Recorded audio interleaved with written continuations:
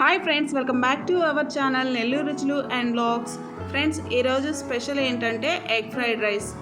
ఇలా చేసుకుంటే చాలా టేస్టీగా ఉంటుందండి. మీ ఇంట్లో వాళ్ళంతా ఫిదా అయిపోతారు. రోజు ఇదే కావాలని అడుగుతారు. అంత టేస్టీగా ఉంటుంది. మరి ఇంట్లోనే మనం చాలా టేస్టీగా ఎగ్ ఫ్రైడ్ రైస్ ఎలా ప్రిపేర్ చేసుకోవాలో ఇప్పుడు చూసేద్దామా ఫ్రెండ్స్. ముందుగా నేను 1/2 kg రైస్కి 2 eggs తీసుకుంటున్నానండి. 2 eggs ఒక బౌల్లోకి ఇట్లా కొట్టి పోసుకుంటున్నాను. ఇప్పుడు దీంతో మనం ఆమ్లెట్ వేసుకోవాలన్నమాట. అది చప్పగా లేకుండా ఉండటానికి ఈ 2 eggs కొట్టి పోసుకున్న తర్వాత మనం ఇందులోని ఒక 1/2 స్పూన్ అంత సాల్ట్, ఒక చిటికెడు పసుపు, 1/2 స్పూన్ అంత కారము, 1/2 స్పూన్ అంత చికెన్ మసాలా లేకపోతే గరం మసాలా అయినా వేసుకోవచ్చు చికెన్ మసాలా ప్లేస్లో. ఇప్పుడు బాగా బీట్ చేసి పక్కన పెట్టుకొని స్టవ్ మీద ఒక ఇనుప కడాయి పెట్టుకొని ఒక 3 స్పూన్స్ ఆయిల్ హీట్ ఎక్కిన తర్వాత ఇందాక మనం బీట్ చేసుకున్న ఎగ్ మిశ్రమాన్ని వేసుకోవాలి. వెంటనే మనం తిప్పకూడదు. ఒక 2 నిమిషాలు ఇది బాగా ఉడికిన తర్వాతే తిప్పండి. అప్పుడే మనం కొంచెం పెద్ద పీసెస్ కావాలనుకునే వాళ్ళు పెద్ద పీసెస్ కట్ చేసుకోవడానికి బాగా వస్తుంది. ఇప్పుడు ఇనుప కడాయి మీ దగ్గర అవైలబుల్గా లేకపోతే ఏదైనా మందపాటి కడాయి అయినా పెట్టుకోండి.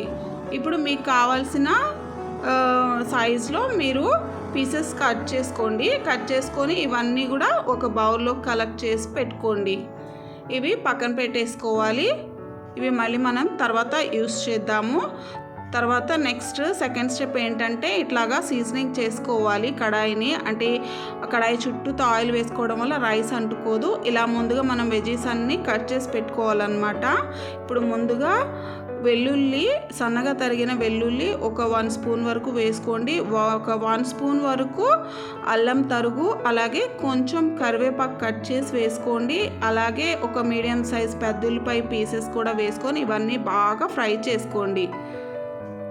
ఇవన్నీ బాగా ఫ్రై అయిన తర్వాత మనం ఇందాక వెజ్జీస్ కట్ చేసి పెట్టుకున్నాం కదా, ఇక్కడ నేను క్యాబేజీ, క్యారెట్, క్యాప్సికమ్ ఇలా సన్నగా తరిగి రెడీగా పెట్టుకున్నాను. ఇలా ముందుగా మనం రెడీగా కట్ చేసి పెట్టుకున్నట్లయితే చాలా ఫాస్ట్గా ఒక 10 మినిట్స్లో రైస్ చేసేసుకోవచ్చు ఎగ్ ఫ్రైడ్ రైస్. ఇప్పుడు ఇవి ఫ్రై అవటానికి కొంచెం సాల్ట్ వేసి ఫ్రై చేసుకున్నాను.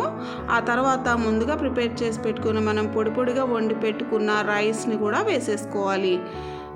వెజీస్ అన్నీ కూడా బాగా ఓవర్ కుక్ అవ్వకూడదండి. జస్ట్ ఒక 80% కుక్ అయితే సరిపోతుంది. అప్పుడు మనం ఎగ్ ఫ్రైడ్ రైస్ తినేటప్పుడు బాగా పంట కింద తగిలి చాలా బాగుంటాయి వెజీస్ అన్నీ.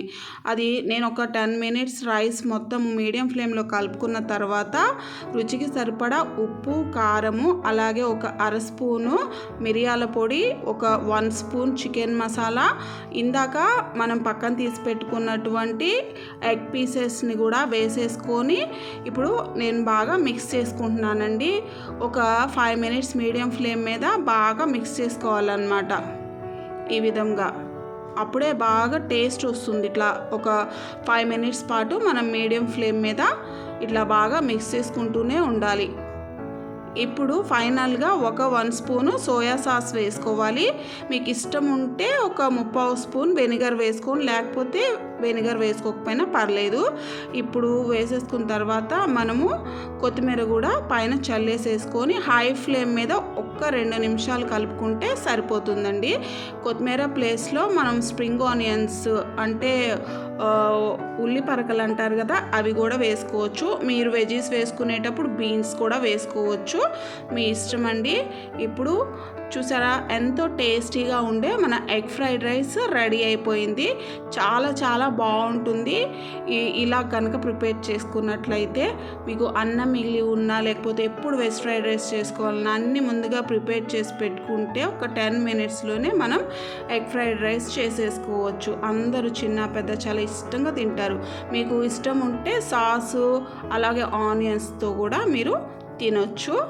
ఓకేనా ఫ్రెండ్స్, మీకు ఈ వీడియో నచ్చిందని అనుకుంటున్నాను. అలాగే మన ఛానల్ని సబ్స్క్రైబ్ చేయండి. Thank you.